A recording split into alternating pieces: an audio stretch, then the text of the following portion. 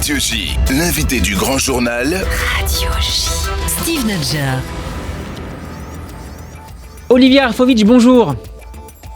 Bonjour Steve. Et merci d'avoir accepté notre invitation cet après-midi dans le Grand Journal. Vous êtes spécialiste des questions de défense et de sécurité, consultant pour nos confrères d'I24 News. D'un point de vue sécuritaire, Olivier Arfovitch, comment est-ce que vous avez jugé la décision hier d'Itamar Ben-Gvir de se rendre sur le mont du Temple à Jérusalem ? C'est une question qui est sécuritaire, militaire, politique. Alors sur l'aspect d'abord sécuritaire, on parlera de la diplomatie juste après si vous le permettez.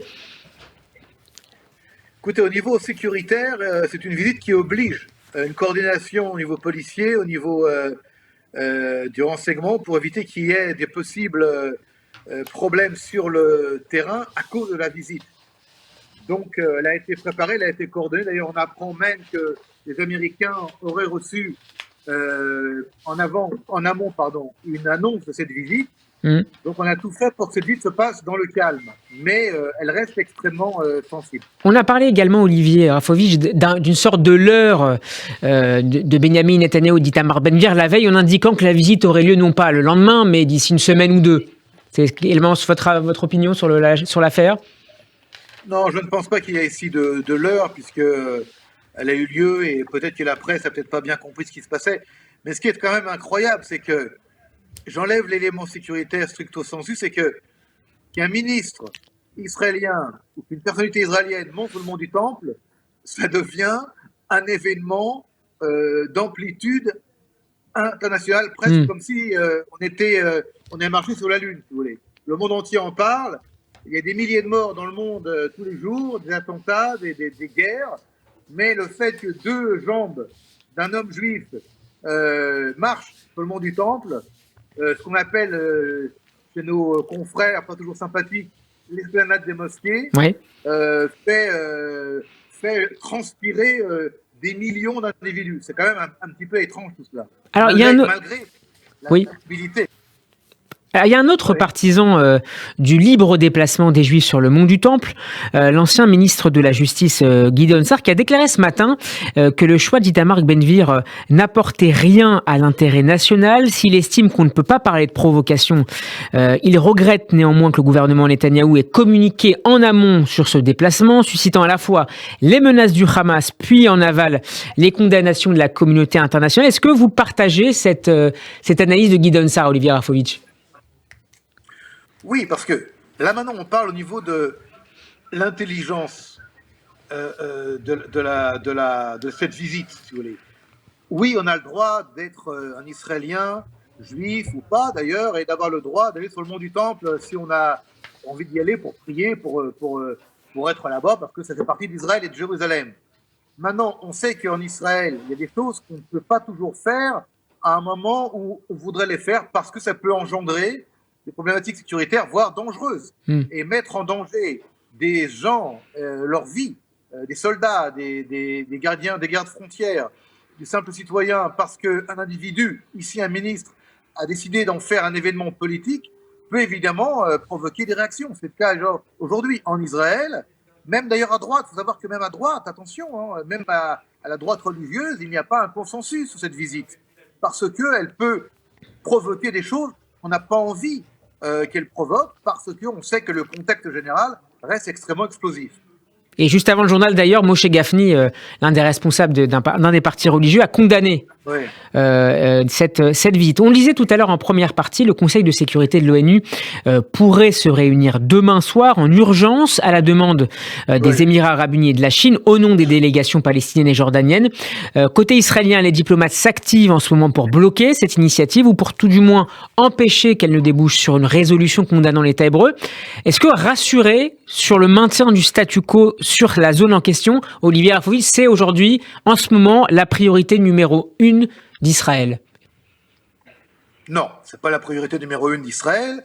La priorité numéro 1 d'Israël, c'est d'assurer la sécurité partout en Israël et le développement du pays. Mais il est clair que nous avons ici à faire face à un prétexte, un prétexte qui peut effectivement déboucher sur une vague de violence. On a affaire à des gens, je ne les cite pas, on les connaît, qui utilisent le mont du Temple, la religion, les lieux saints, pour en faire la guerre. Donc autrement dit, un prétexte pour le Hamas pour envoyer des roquettes ou pour le djihad islamique, pour être le plus clair possible. C'est pas que le Hamas, c'est le djihad islamique, c'est le Hezbollah aujourd'hui qui nous menace.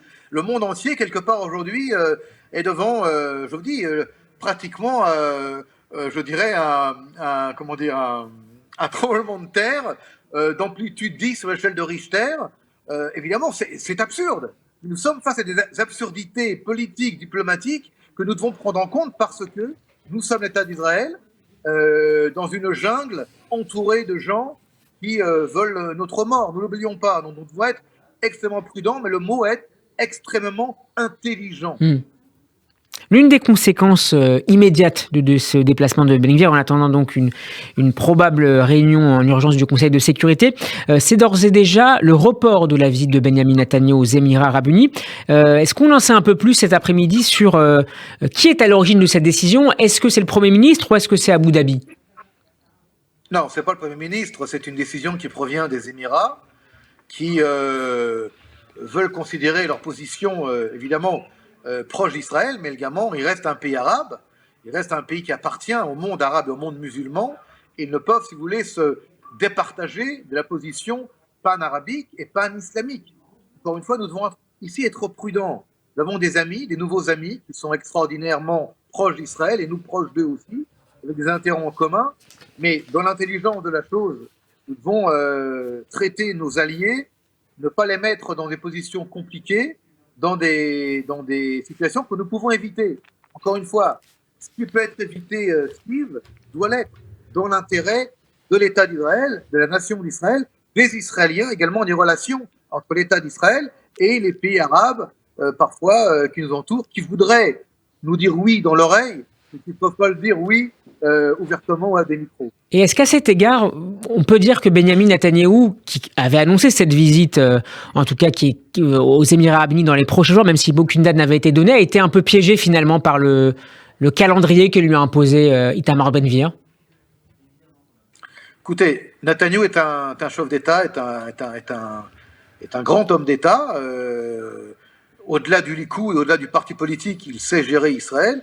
Je pense qu'aujourd'hui, il comprend qu'il a besoin d'affirmer sa gouvernance face à une coalition qui est peut-être, en tout cas une partie d'entre elles, peut le mettre en difficulté au niveau politique international. Il n'a pas envie d'avoir des problèmes avec Joe Biden, avec les Américains, ni avec les Émirats Arabes Unis, ni avec l'Arabie Saoudite. Il y a d'autres chats à fouetter, entre autres l'Iran, le terrorisme à l'intérieur d'Israël, et je pense que c'est pas aujourd'hui la priorité de mettre en exergue cette visite-là et d'en faire tout un plat, alors qu'on peut y aller tranquillement, sereinement, sans en faire un sujet d'État, ce qui a été fait par Ben Gvir, pour des raisons d'intérêt électoral, mais qui vont à l'encontre de l'intérêt général de l'État d'Israël, et je pense également de l'intérêt général du Premier ministre Netanyahou. Vous évoquiez à l'instant, Olivier Rafovitch, les États-Unis. Un haut responsable de l'administration Biden a déclaré au site du Yediot Aharonot qu'Itamar Ben Gvir avait essayé, je cite, de créer du chaos.